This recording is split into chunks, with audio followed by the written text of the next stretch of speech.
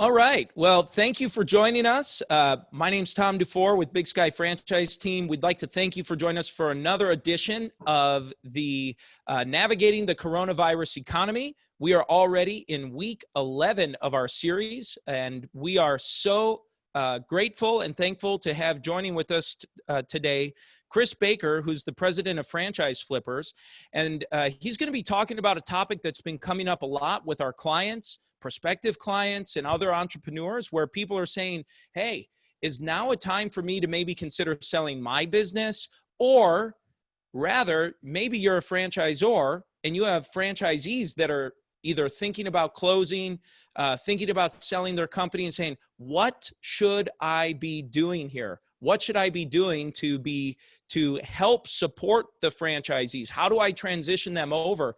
And I think that the information Chris is going to share is going to be relevant for you and your franchise network. And if you are an entrepreneur and you're thinking about franchising your business, this is something you should be thinking about anyway, because as you're selling franchises, eventually as your franchise system starts to mature, franchisees are naturally going to start to think about selling their business. For some of them, this is an investment. This is something that they're looking to invest in, get a return, and exit at some point.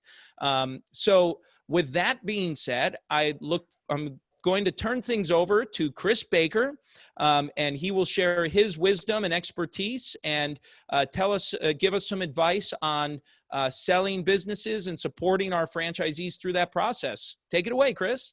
Hey, thanks, Tom. Good morning to you. It's great to see you again. You too. Thanks for being here. Yeah. And real quick, Chris, before you get started, I forgot to share with you. So Chris and I have been working together. I should have given a little background and preface on this. We've been working together for several years through several different companies. And Chris himself is a serial entrepreneur.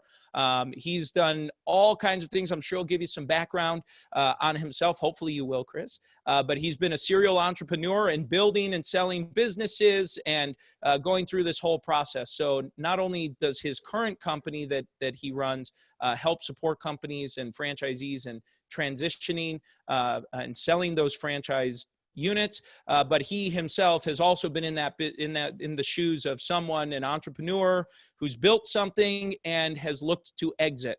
So with that being said, that's a much better intro, Chris, I think. I'll turn that over. Thank you. Hi, I'm Chris Baker. I'm the president of Franchise Flippers, and it's such a joy for me to run this company, mostly as Tom alluded to, because I am a serial entrepreneur. At least my kids tell me I like cereal, so that's true. I've always started with the end in mind with every business I've ever created. I like to imagine the future. And if I put that into perspective and plan around it, I typically realize those plans in, 5 to 7 years is our average. And we call the company Franchise Flippers, not flippantly, but because that's what I've done all my career. I've taken small businesses, I've grown them, and eventually I've sold them. And that's what today's about. How do we liquidate our asset or sell our business when the time is right? So background, obviously I'm from England. Sorry for the accent. I'll try and slow it down a little so my accent doesn't throw people off. I'll give you a quick perspective, Tom, on where we are right now in the resale industry. We've not seen the surge yet. We've not seen a tremendous amount of brand new listings out of desperation, and that's good news for our economy. So we're not seeing people flood to our site with distressed franchises. That could come. We don't know for sure what the next 60 days looks like. I think as payroll protection starts to ease up and employees start to come back to work, and the reality of having to run the company or the franchise without government support, it's the worst case scenario for some businesses, Tom, because they're having to staff up, they still don't have their customers back. And now, of course, we'll have other issues to deal with. Inner city franchises are suffering, as you know. But good news, not seeing a tremendous flood of new activity. What we are seeing is a lot of buyers on the sidelines. We're seeing pent-up buyer demand, people who are looking to live the American dream by buying a franchise, and they're waiting in the wings for good opportunities, for fair value franchises. It's been a tremendous time for us to work with franchisors to establish protocols and procedures. And I'm sure your business and others have taken this time of reflection to retool, to regroup, to put in place those processes that they never had before. And so we've been busy working with franchisors to be ready for the resale wave, as it were. So that's what we're seeing generally in the industry, Tom. We're not in panic mode, or franchisees are not in panic mode yet. Franchisors are still confident. The economy, we believe, will rebound. There'll be some great deals for those who want to buy a franchise, and there'll also be some good liquidity events for those that want to sell. Interesting. And Chris, that's really, really interesting. So for the folks that are tuning in here, I really, that's news for me to hear, because I wasn't sure what was happening with this resale market. I had thought maybe there might be this, and I don't know if you're watching and tuning in here, maybe you were thinking this too, or this flood of people who are saying, oh my gosh, I have to get out of my business. I have to sell this thing right now. And you know, that's a good thing. I think that's right. I mean, knowing that isn't happening today, and, maybe it's delayed a little bit, like you said, because of government intervention, but hopefully some of these stimulus things help keep these businesses open and going. So I'll let you continue. Hopefully you'll talk a little bit more about for a company to prepare and how you're supporting these folks as they're going through. Right, exactly, Tom. Thank you for that. That's the reality. And we must remember that the economic downturn, current situation, has been a benefit to some franchisees. Quick serve restaurants have still done okay. Anybody in yard maintenance, for instance, some of the bug spraying companies have done very well. Those in essential services have done well. So it's not doom and gloom all over the place. Obviously, there are sectors in the franchise industry that are going to struggle. And our role is to help all of them through this process, so that when it's time for somebody to sell, they have an ally in the field. So let's talk about specifically a couple of things. First of all, what can a franchisee do when it's time to sell? How can franchisors support them in that endeavor? And what tools are out there for both of those constituents to use? What we know for sure is that every franchisor has franchisees who need or want to sell. And helping them transition their business or transfer their business to a newly energized buyer is critical. Supporting the franchisee can turn a potential termination into a transfer. And so when you take a non-renewal or a termination, you turn it into a transfer, that's a success for everybody. And in fact, the best franchisors know, even in the newest brands, that they have to have a successful franchise resale model in place. It's interesting, today's buyer is different to the buyer from 20 years ago. As baby boomers exit systems and a new breed of buyer comes in, they have that end in mind, Tom. So it's important to recognize that the new franchisee may be asking different questions, and being prepared for that will be critical. So the other important point here is franchisors and franchisees can't operate in a vacuum. It's time to work together when it's time to sell a franchise. And in a franchise system, as you know, and you've preached many times, Tom, all boats tend to rise or fall together. And sure, during good times, some individual franchisee owners will rise or fall on their own.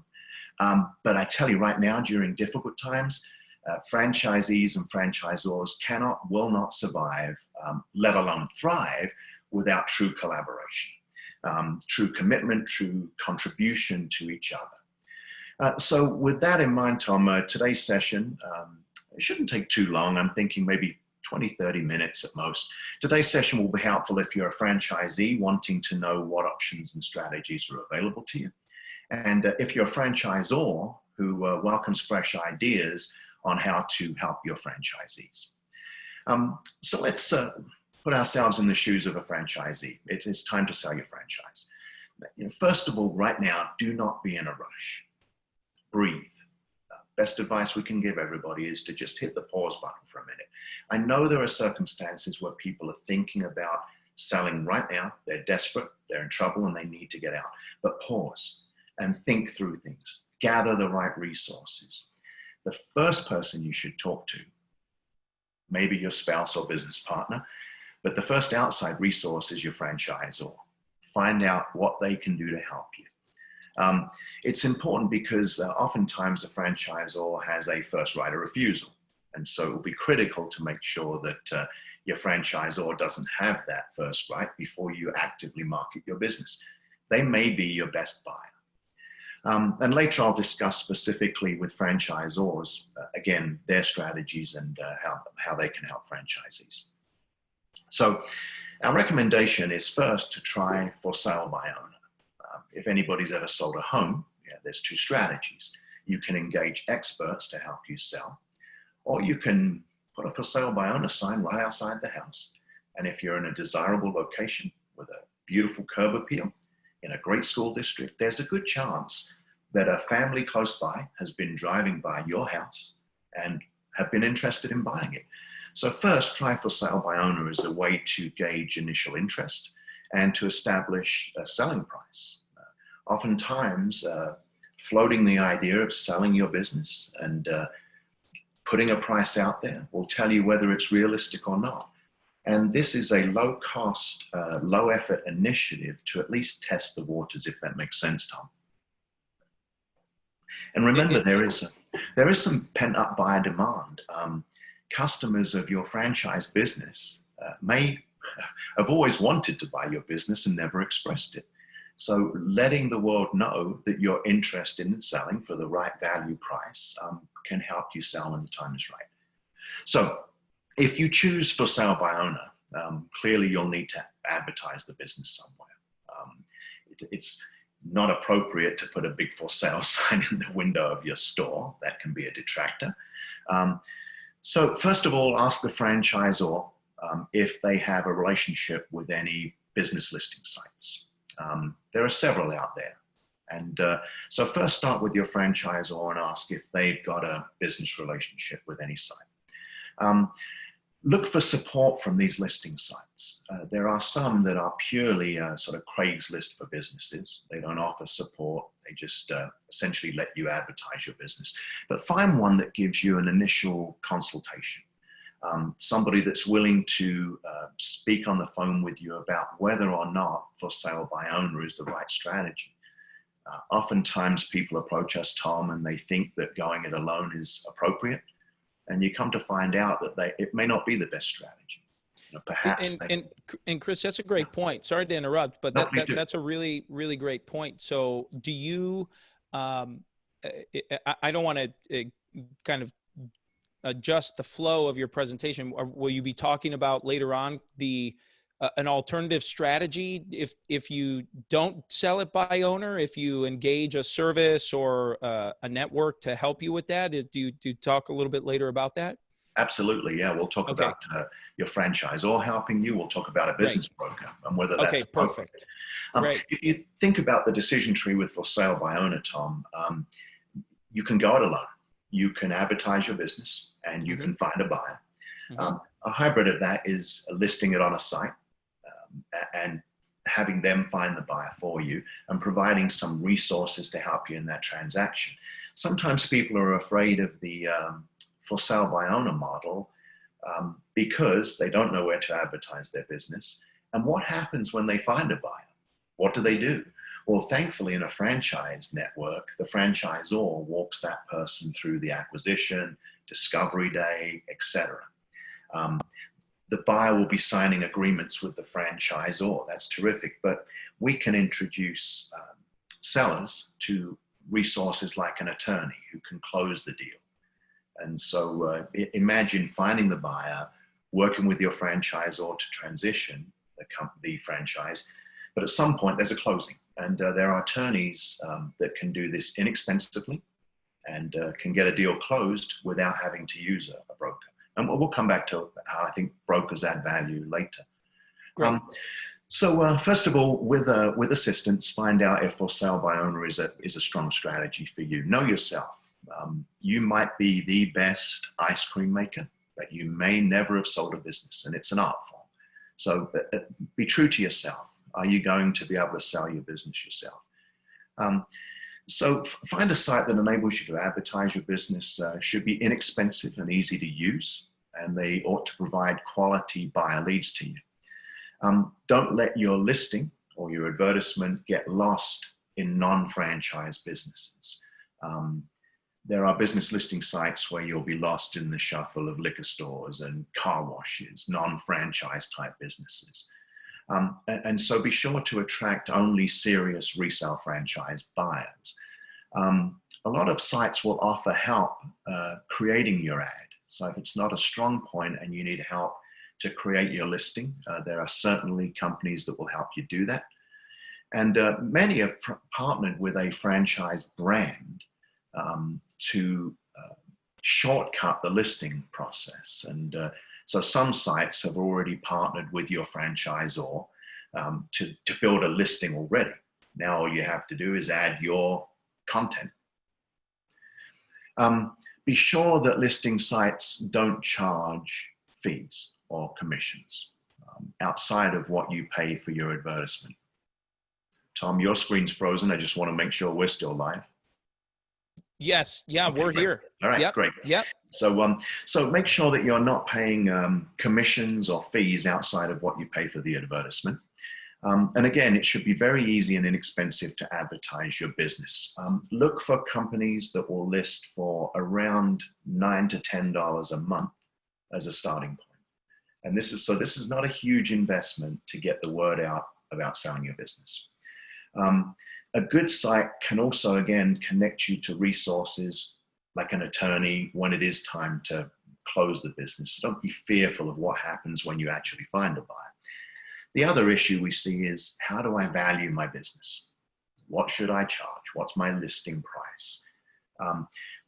We will probably spend a whole session another time, Tom, on business valuations and how to establish a benchmark price. But for now, most listing sites will offer a rudimentary valuation tool, something you can at least get a range of price. And we certainly have made a tool available on our site that just gives somebody a rough idea. And critical advice, your franchise in reality may not be worth what you paid for it. And this is a tough pill for a franchisee to swallow. A potential stumbling block for selling your business is assuming you're going to get your money back, and that's not always the case. Now, there is a tremendous value to a resale. Oftentimes, the multiples of what it would cost to establish a new business are exponential. When you've been successful and profitable and you have a great location, you'll make a premium. But there are cases where I see a distressed franchisee expect to get their investment back, and the reality is it's not the case, Tom. And again, we'll do another session with you on establishing market value. Yeah, and Chris, I think that, sorry to interrupt here, but I think that that's a great point, because it is a hard pill to swallow for a franchisee when they realize, hey, my business isn't worth quite what I thought it was. And an adage that I kind of have ended up sticking with, and that seems to resonate pretty true, is, the businesses that are flourishing and doing well, they're worth a premium, and someone's going to have to pay to get that, because why else would the owner sell it if they're not going to get a premium? Mm-hmm. And if your business is distressed, or maybe you're just tired of working in the business and you're done, you're ready to be out, it's just not going to be worth a premium price. And that's okay. That's totally okay. There are buyers out there that will take it and do for the business what either you don't want to do or just haven't been able to do for whatever reason it might be. Great point, Tom. And one shouldn't be dissatisfied with the selling price. If you've taken a good income from the business for years, you provided for your family, and your sales price isn't reflective of what you thought the business would be worth, it's okay. Mm-hmm. There are two kinds of seller, of course: those that need to sell. And it may be a distressed franchise that is selling for a discount price now. Mm-hmm. If you can pause for a while and survive, all the better. But there are still, even in times like this, Tom, those people that are ready to retire.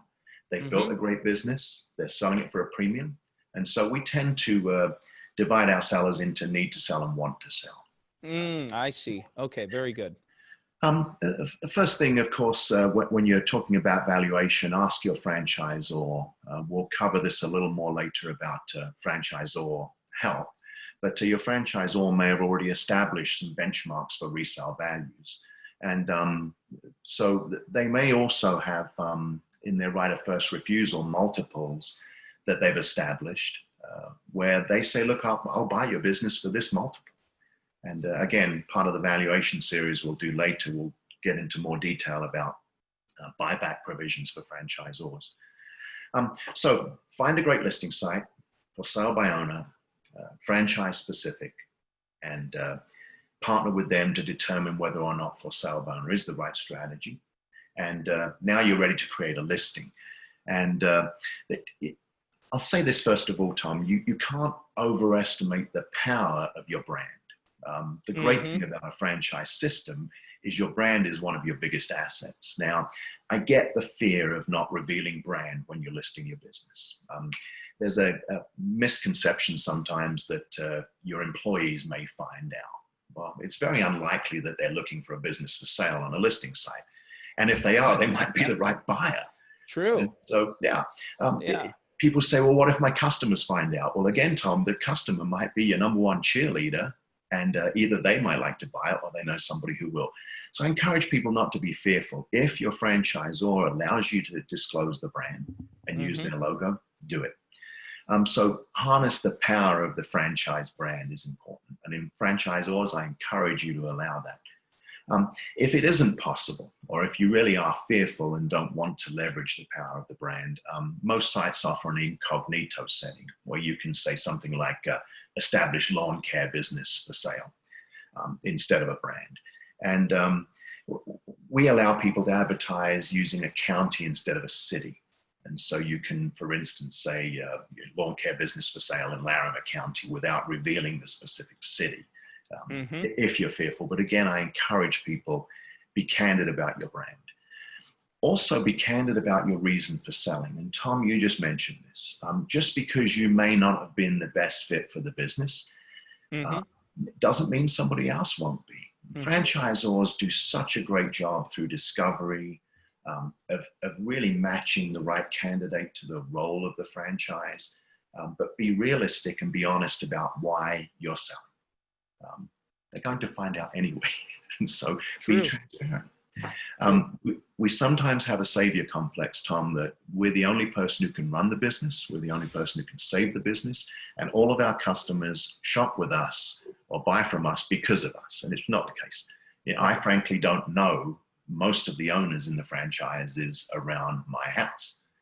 I go there because I love the brand, but I don't know that John Smith owns it. So forgive or forget the savior complex. Your business probably will thrive without you. Okay? Hard to understand. Think of it as sending the kids off to college. So don't go with them. Life circumstances may have changed, and be candid about that. The newcomer may be a perfect fit for you. So provide as much information as you can on your listing. Use photographs, videos, very important. Pictures speak 1,000 words. Your franchisor can help you with some of that. They're well equipped to give you corporate images, and then put some pictures of your location. When you take a picture of the front of the establishment, for instance, a retail establishment, take a picture of the surroundings, get people engaged. We buy emotion. And so our first impression of the franchise is the product and the location and the look and feel. Feel good about it. Be prepared to show financials at the appropriate time. And of course, nowadays, be ready to explain any dip in revenue. And Chris, one of the things, I'm just going to go back to that point about the photos and the images and the videos here. Just want to go back to that for the folks who are tuning in, because I think that's a really big deal. When I think if you put the shoe on the other foot, if you're the person thinking about selling the business, put the shoe on the other foot. When you go to buy a car and you go online and you find a listing for the car you're looking for, and it has, you know, one of the listings, you know, the prices are about the same. One of the listings has 6 photos and one listing has 36 photos. Which listing are you more likely to purchase from? The one with 36 photos. You may, you know, so I think that's a great comparison. Or even buying a home. You go to you're searching for a house you're going to purchase, and someone lists, you know, you see some properties only have, you know, 3 or 4 photos. You say, oh, geez, it must be nasty on the inside. That's why they didn't show it. When really, maybe it's totally fine. But we just assume that because when lack of transparency exists, when that exists, that the person is hiding something, which doesn't allow for a trust, for trust to be formed or built.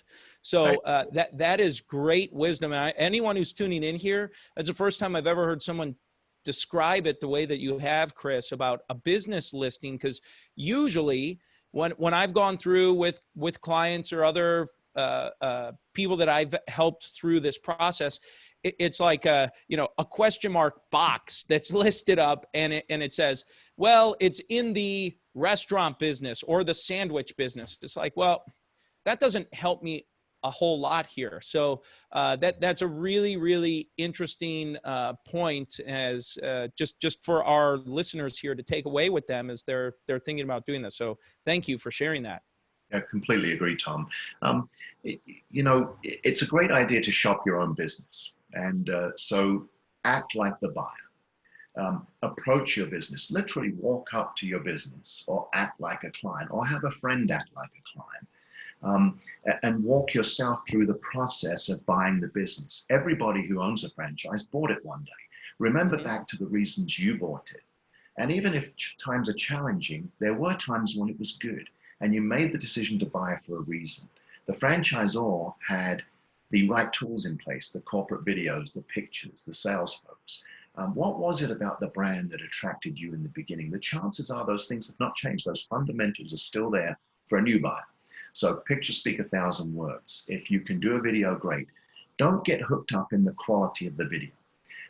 Oftentimes people think they should bring in a professional videographer. No, we all have cell phone devices now that can take pretty good video. We're all on a Zoom conference now. There's no reason why you need to be professional. Be humble, be honest, show the reality, because they're going to see it anyway. And your picture point was right. I don't think I've ever bought anything online without looking at an image anymore. I'm just so used to it. Right. The other good news is if you're fearful of creating your own listing, some sites will do it for you. We have a service where we'll actually build the listing with the franchisee and walk them through the steps. And so don't be fearful if this is out of your skill set to ask for help from the listing site.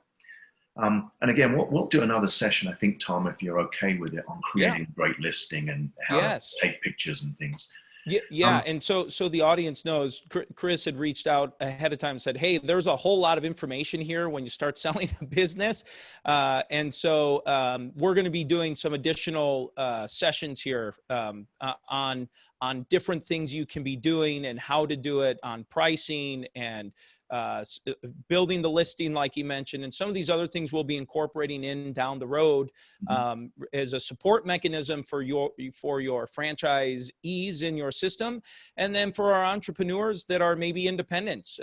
These rules all apply. They all apply to any business for sale. Yeah, and happy also, Tom, at some point to do a buyer perspective, what a buyer's looking for, how to find a good deal. The difference between cheap and value. So we'll cover those later. People ask me, what about using a business broker? And so we focus so far on for sale by owner. Another strategy is, of course, to outsource to a business broker.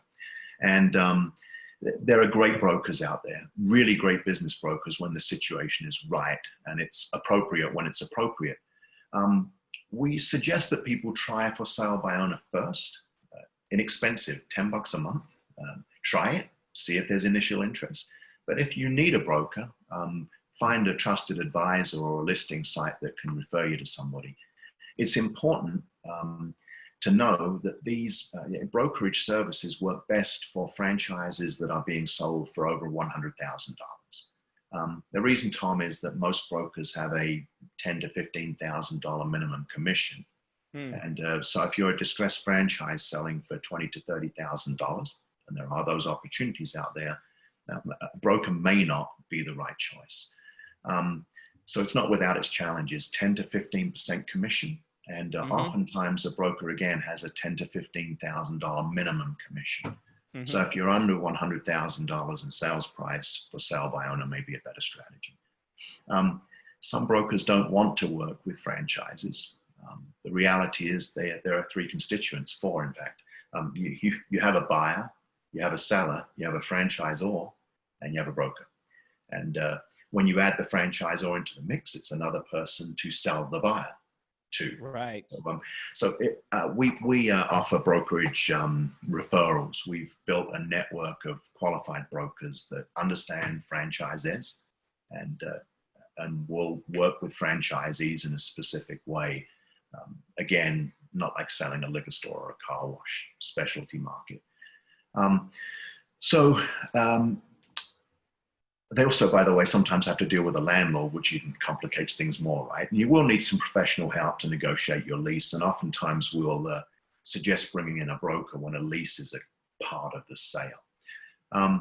We'll vet brokers for their experience, their competency, and of course, their willingness to work with a franchise system. What can franchisors do to help? This is sort of the meat of what I wanted to chat about.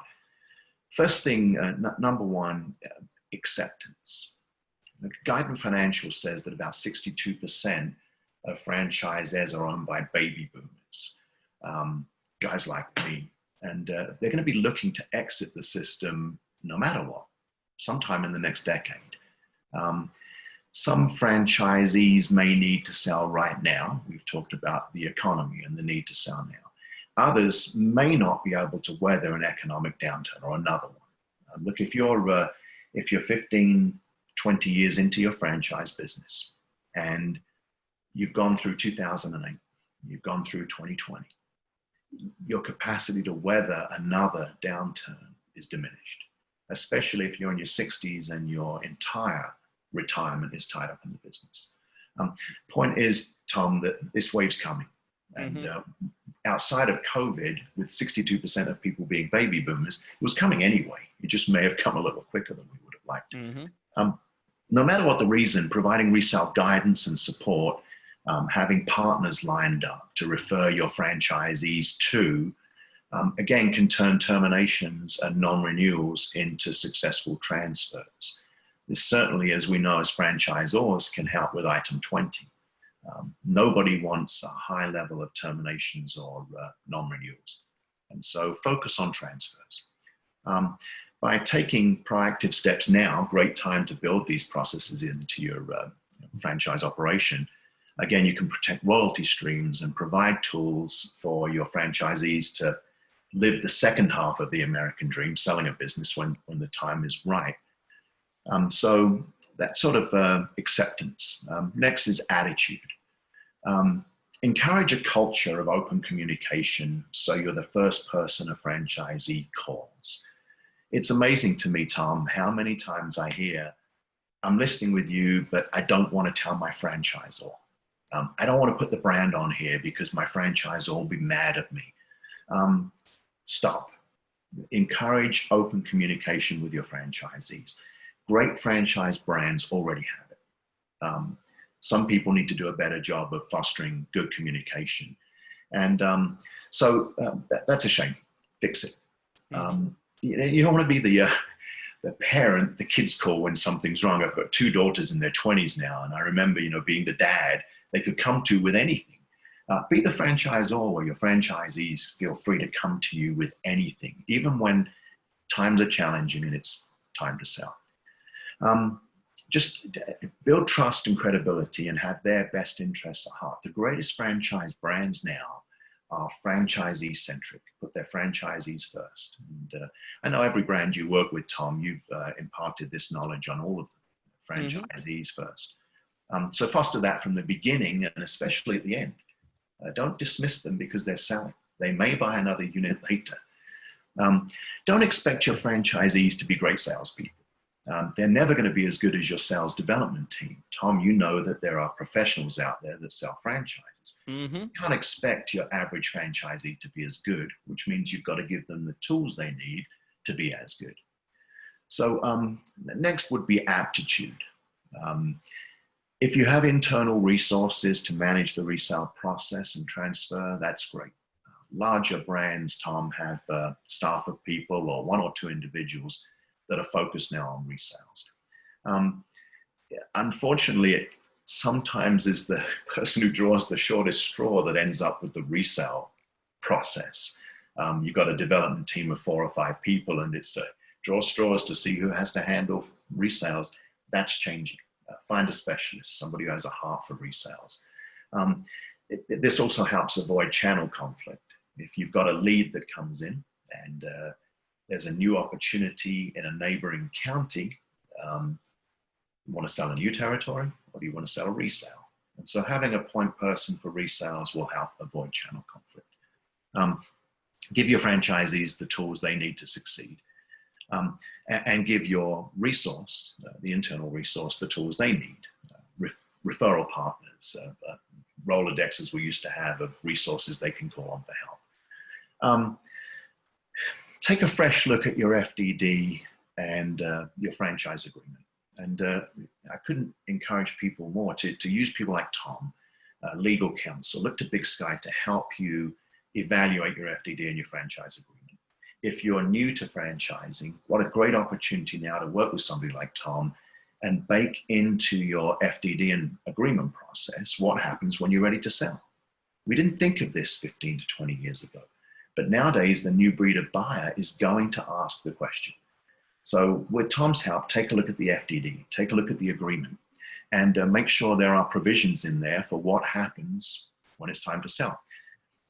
Take a look at transfer fees. Are they reasonable still? You know, I don't think we put as much effort, Tom, into thinking about transfers when we're building a new system. They're going to happen one day, and oftentimes I see FDDs with a $500 transfer fee, and the franchisor has not stepped back and said, well, they still have to go through discovery day. I still have to vet them. There'll still be training if the franchisee selling doesn't provide it. So be logical and reasonable about your transfer fee.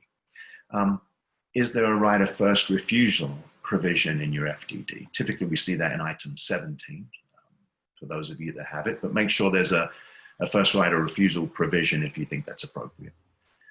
Establish valuation formulas, having an idea of what your franchisor will buy your business back for. This is typically larger brands, will help you establish a selling price, a realistic selling price. And it gives you hope for the future. If you're building a business and you know that your franchisor might one day buy it back for a multiple of 2x EBITDA or something, at least you have an idea of it. Share leads. Make sure you track every lead that comes into the franchise system for somebody who wants to buy a franchise. And of course, if a franchisee has a territory locked up and you have a buyer ready to buy, let the franchisee know. If they're putting their business on the market and you have a list of people interested in buying, share that with them. Don't hold on to leads. Look to neighboring franchisees. Franchisees can do this. You know the person who owns the franchise across town. Reach out to them. Franchisors do the same thing on their behalf. Find a successful franchisee that might be ready and willing to expand. By the way, using these leads you've tracked forever is a great way to revive a dead lead. You may have somebody who approached you a year ago to buy a franchise and you considered it dead because the franchise was sold. Great way to reconnect with that person, offer them a resale and re-engage. I talked about franchisees asking their franchisor if they have a resale relationship or a relationship with a listing site. As a franchisor, consider a referral program with a listing site. If you don't have a resource in place, consider finding somebody or outsourcing to an agency that can help with the resale program. Outsourcing to an agency like ours can free up your development team to focus on new territory sales. And again, helps that channel conflict issue. Think of going to a car lot, Tom, and sort of walk through the new car lot, and there's some great deals in the back lot for resales or used cars, but the new car sales guy is not going to walk you back there. Don't be that franchise system. The other thing you need to look for in a referral partner or a listing site is they need to generate leads. That's why you're advertising there. So find a site that's competent at generating high quality leads interested in resale franchises. If outsourcing is right for the franchisor, consider going one step further than just simply referring franchisees over to a site. You can become a featured brand on a lot of listing sites. So you can do some of the legwork with the listing site in advance of a franchisee being ready to sell. It's a hybrid model that allows you to support the for sale by owner franchisee by making listing simple for them. And so a listing site can create and host a landing page for a brand. If you're XYZ brand, have the listing site prepare a landing page with corporate videos, photographs, success stories, accolades, brand accolades, awards, etc. All the support you'll provide as a franchisor to an incoming franchisee. It's a place to disclose your royalty program if you wish. And so the franchisor gets to use all of their excellence of their development team on a dedicated landing page on the listing site. And when a franchisee is ready to list their business, most of that work's done for them already. Now they're simply adding information like why are they selling, revenue, profits, free cash flow, if seller financing is available. So you get all the benefits of the franchisor's development team and tools and photographs and videos, but the franchisee gets to add in the franchise location specific data. That strategy also allows for our franchisors to have an arm's length approach. So they can do nothing. They can staff a resource to help. They can refer franchisees to a for sale by owner model for listing, or they can have a hybrid model where they create an environment that makes it easier for their franchisees and offers an arm's length process. And at some point, Tom, we could come back and talk about what arm's length means and how that could impact legal requirements for a franchisor. Last point, Tom, but before we move on, think about how resales affect new unit sales, and this is critical. Successful franchise resales are now the mark of a truly sound and desirable franchise brand that buyers want to pursue. Buyers of new units, new franchises, are starting again with the end in mind. They're intelligent franchise buyers are attracted to resale-friendly brands and are way more likely to purchase a new franchise when they're confident they can sell if circumstances change, or simply when the time is right. And so buyers now view their franchisor as a partner throughout the life cycle of their ownership of a franchise. So they're looking to that when they onboard, when they build their business, and especially more than ever, a continued partnership when they're ready to sell. So be that franchisor. Bake the resale strategy, again, Tom, into your new unit sales process. As you build processes with your franchisor constituents, make sure that we're putting in place tools in the discovery process, the FDD, the agreement, addressing what happens when you're ready to sell. Selling may be a long way off for most, but that day will come eventually. So Tom, I think open up for questions. If you or any of your listeners have comments, questions, ideas we've not covered, if people have ideas for future topics that we could cover on next visit, that would be great. Great. Well, thanks. That was a wealth of knowledge and information. Thank you for sharing here, Chris. And are there any questions here? Feel free to type in the chat box.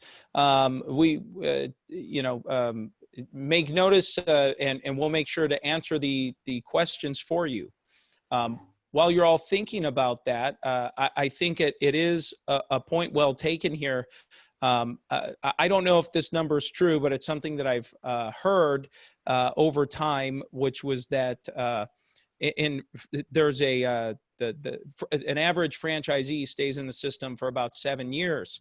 I don't know if there's data to support that, but I've always equated it to you talk about in marriage, there's the 7-year itch. And I kind of couple that with franchising. There's the 7-year itch in franchising. And I think a lot of that is just, the people get in, they're excited, the business matures, and they realize, well, maybe I'm ready for the next thing, whatever that next thing is. Most franchise agreements are around, most of them, not all, but most tend to be a 10-year initial term contract. So now they're saying, okay, I've been in for about 7 years. I'm going to have to renew here in 3. Do I want to do that? I don't know if I want to renew for another 5 years. So maybe now is the time that I start looking to sell that. And as a franchisor, I think it's important to be making sure that you have some plan. I think that's a great point. And, I think one of the things that Franchise Flippers has done, and Chris, you and your company have done that I think is really innovative, is building out these franchisor specific programs. So you give the franchisor a solution to a situation that is going to happen. It's not a matter of if franchisees are going to sell. It's just a matter of when, especially a lot of our clients tend to be emerging brands. So they're just getting it started. So for an emerging brand, thinking 7 years down the road or 10 years down the road of the world you might be living in is a little bit harder to be thinking about when you're just trying to sell your first 5 or 10 or 25 franchises, versus a mature brand that already is established and mature. And now maybe the system is thinning out a little bit. Maybe some owners that came in that needed, that were not as strong as you had hoped. They may be moving on. Well, it's better to have a transfer in your disclosure document than to have one that shuts down. So at least that's in my opinion, being involved in the franchise sales process and seeing it, you're better off to show a transfer in your item 20 than to show a closure and a new sale. So even if that unit shut down and then you sold a new one, a franchise prospect is still going to look at that item 20 and say, well, why did that one close? You may still be at a net zero, versus a transfer. You can easily say, hey, look, the owner was ready to go. They were ready to move on and someone else bought it. So for a prospective buyer that's coming in, that's looking to buy a new franchise, it actually makes it easier. In my opinion, it makes it easier for that new franchisee to rationalize in their mind, hey, look, someone else sold their business that bought into this. Well, I could sell my business then later on. I have a clear path for an exit. Interesting. So you're solving a problem or answering a question that you don't even know you're answering in the franchise sales process by having that transfer in there. So just some food for thought for those of you that are tuning in, that with all of these things that Chris has been talking about, it at the end of the day, it does spill right back to new franchise sales and new franchise development. And it also tells others in the system that existing franchisees, if transfers are happening, it means that there's value in the brand and value in that there is a market for a resale. So, these are all great things, really, really great things. And so I'm not seeing any additional questions here, just lots of thank yous for the presentation, Chris. So we would like to thank you for being here. Are there any parting words, anything you'd like to say before we end? No, Tom, I think you encapsulated things really well. It's not a question of if, it's a question of when. Be prepared. Yep. You've got friends in the business out here that are ready to support you. So appreciate you, Tom. Great. And if you are, check out Chris's business, franchiseflippers.com. They have a wealth of resources, even if you're not ready for it. It's never too early to start planning, to be ready. So thank you again, Chris. We really appreciate it. And we'll be on doing this again a couple more times with some of these additional topics. Great. All right. Cheers, Thanks Tom. for joining us. Take care. Take care. Bye-bye now. Bye.